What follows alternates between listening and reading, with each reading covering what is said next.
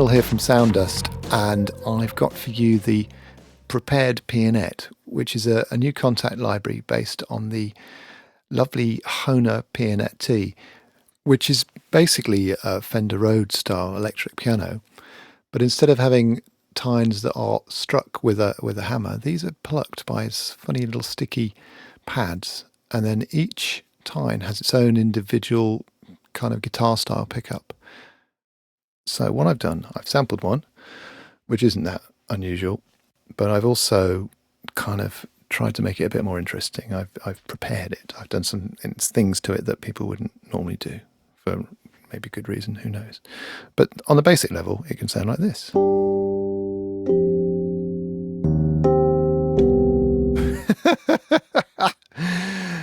On a basic level, it can sound like this.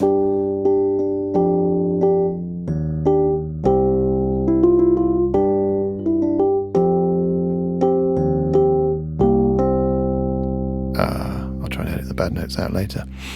So that's the basic pianet sound, and what it's built of is 3 different articulations. So let's take that one off, which is shown here. So in the usual Sound Dust manner, let's go up an octave. That's the basic pianet sound. You've also got this, which is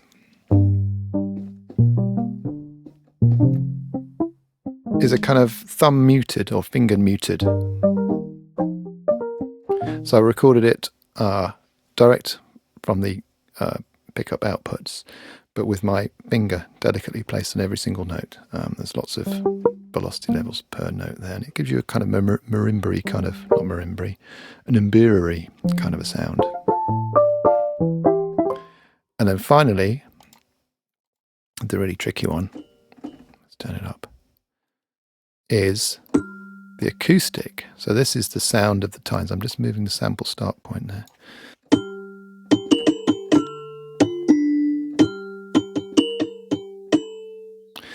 That's close, very close mic, because these things are really quiet. Each tine, lots of velocity levels. Now you also notice that as you go down, it gets weirdly atonal. But as you go up, it sounds more in tune. I can display my playing. And what's interesting is when you start mixing these things together. So it's all of them together. And what I've done is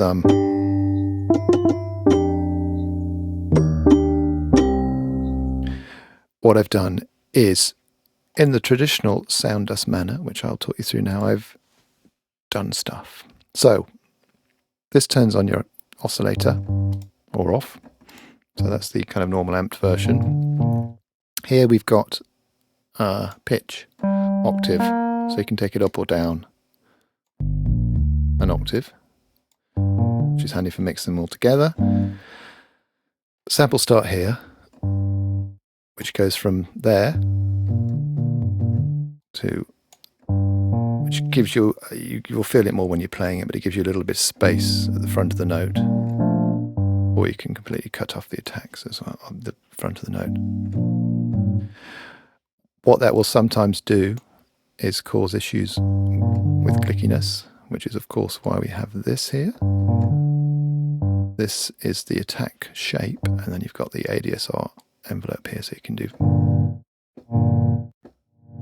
fadey things and releasey things and short plucky things. Oh, I've just accidentally done that. But above that is width, so you can go from mono, there she is in mono, to super wide. Oop, that's left and right.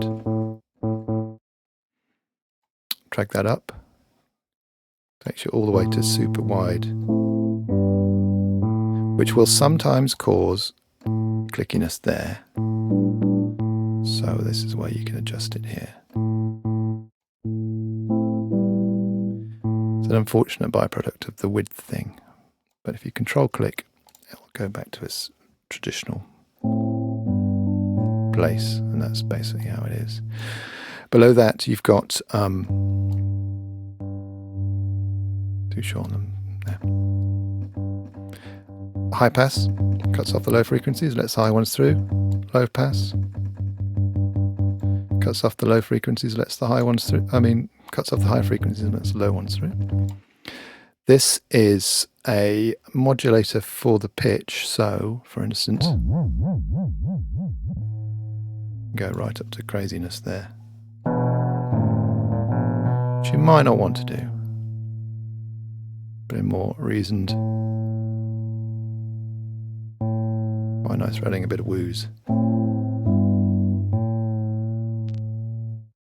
More central.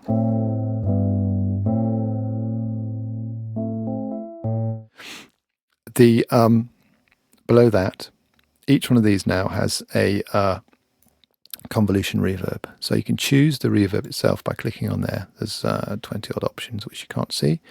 I'll just put one up like that, and then the amount of reverb is here. Click, drag. And this is the size of the actual convolution reverb. So that's half its normal size. And you can take it up to half again.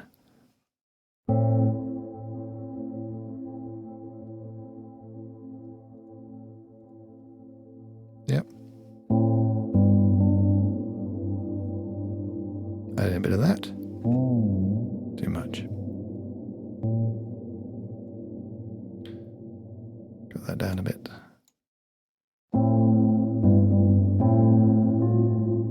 Also, on the, let's take that off, amped version, is if you click on this little red light there, which I'm sure you've all been wondering what the heck is that for, it actually opens up an amping possibility, which you turn on here, and it's now going through a guitar amp. Got tone control. This is the amount of drive, amount of bass. The mix between, that's just straight drive, and then that adds in the clean.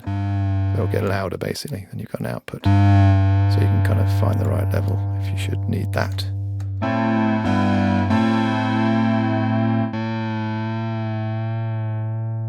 Or off.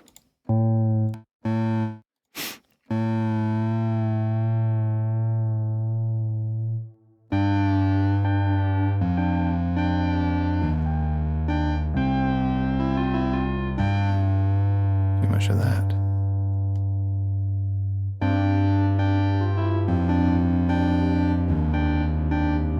I'll get good at this by the end of this video. Maybe not. So, let's turn that off. And the joy is that you can then start adding these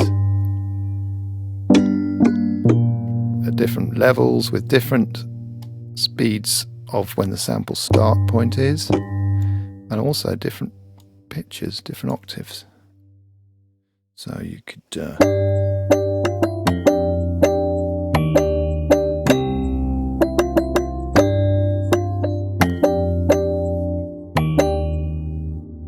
take that out altogether.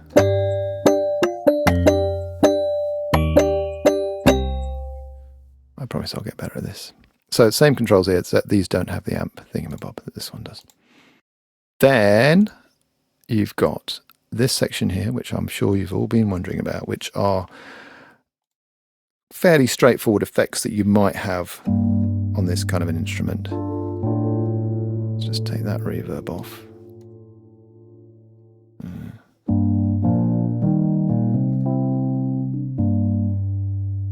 So we've got, and you turn them on here or off. So chorus, oops, with the mix control there, and speed control here.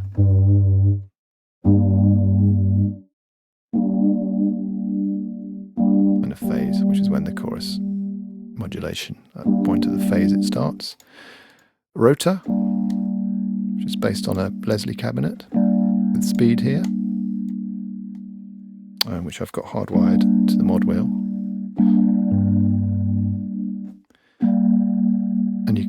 you've got where the mic is positioned, whether it's near the woofer or the tweeter, which is good for quick EQ basically. How close the virtual mics are, so a long way away, sorry, further away, the further away, the stereo image will be not as obvious as when they're close. You'll hear that more in headphones. Phaser, good old phasing, crazy feedback.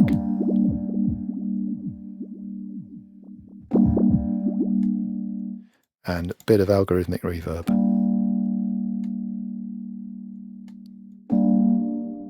Which affects everything. So these effects here affect all of these, whereas these individual ones here only affect the individual instrument. Okay. Oscillator, articulation. Then we've got master effects as well, which are more kind of, you've got EQ here, which affects the whole instrument. The dirt section adds kind of more tube distortion if you need it. Or just some gentle tape.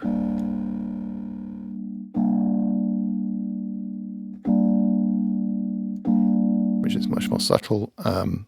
Transient designer is handy for if you really want some oomph on the attack. So there you go. EQ of many levels. So that's what they are. So that's the gain. You can choose your frequency there, etc., etc. And finally, the velocity and round robin section. I'm trying to do this with two hands, quite tricky. So you can actually kind of modify how your keyboard responds to the incoming note. So look, this is showing my incoming note here, and this is where they get mapped to. And then you've got various controls here. So we can, for instance, do away with velocity altogether. We can change the slope of how the velocity works, for instance. So you have to kind of lay into it a bit more. Lots of possibilities there.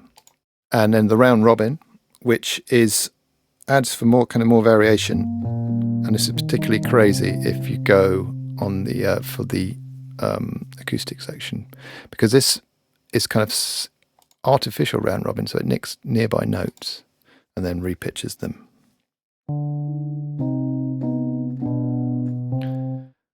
And you've got how far it'll go. So that just gives you a bit more variation. Hopefully you shouldn't actually hear it working, but it will sound kind of maybe more organic. So that's a quick guided tour of the basic controls. You've also got read the Flippin manual here, which then also shows you as well if you get stuck and you don't want to watch this video again. I can't imagine why you'd not want to do that. You've also got presets here, so make sure that this view here is selected, and then that reveals the presets, which shows you how to install them in the instructions when you get the download.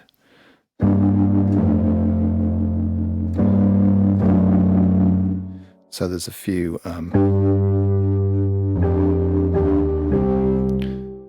varying thingamabobs here. Let's just try a few of them.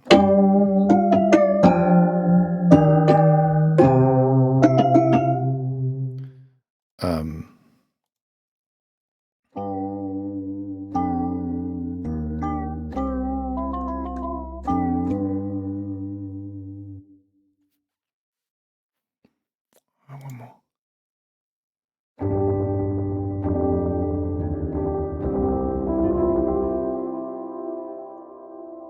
Oh, when I said one more, I meant, yes, I'll show you the bass. There's this really nice bass thing you can do.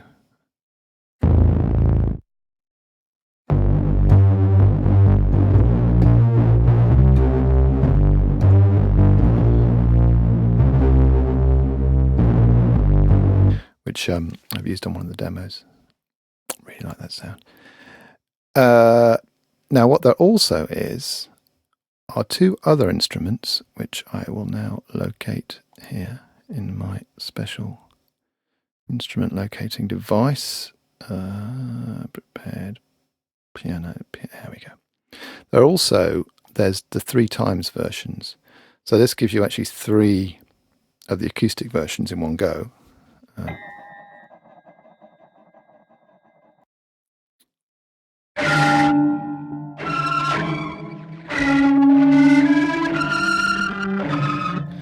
Quite sound designy.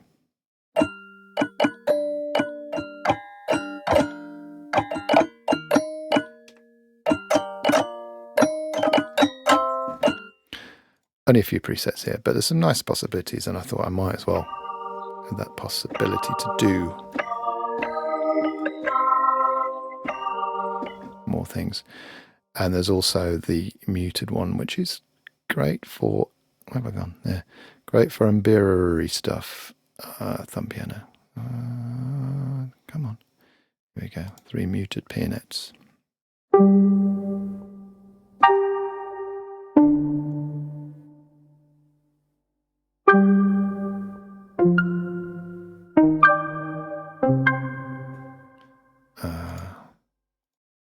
What's that one?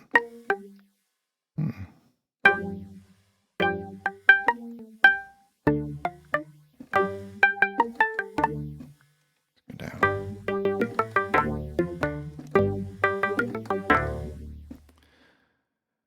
So slightly different.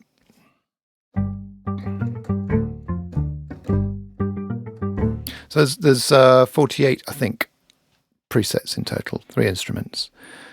That, I think, concludes my roundup of the Prepared Pianet by Sound Dust, available from www.sound-dust.co.uk.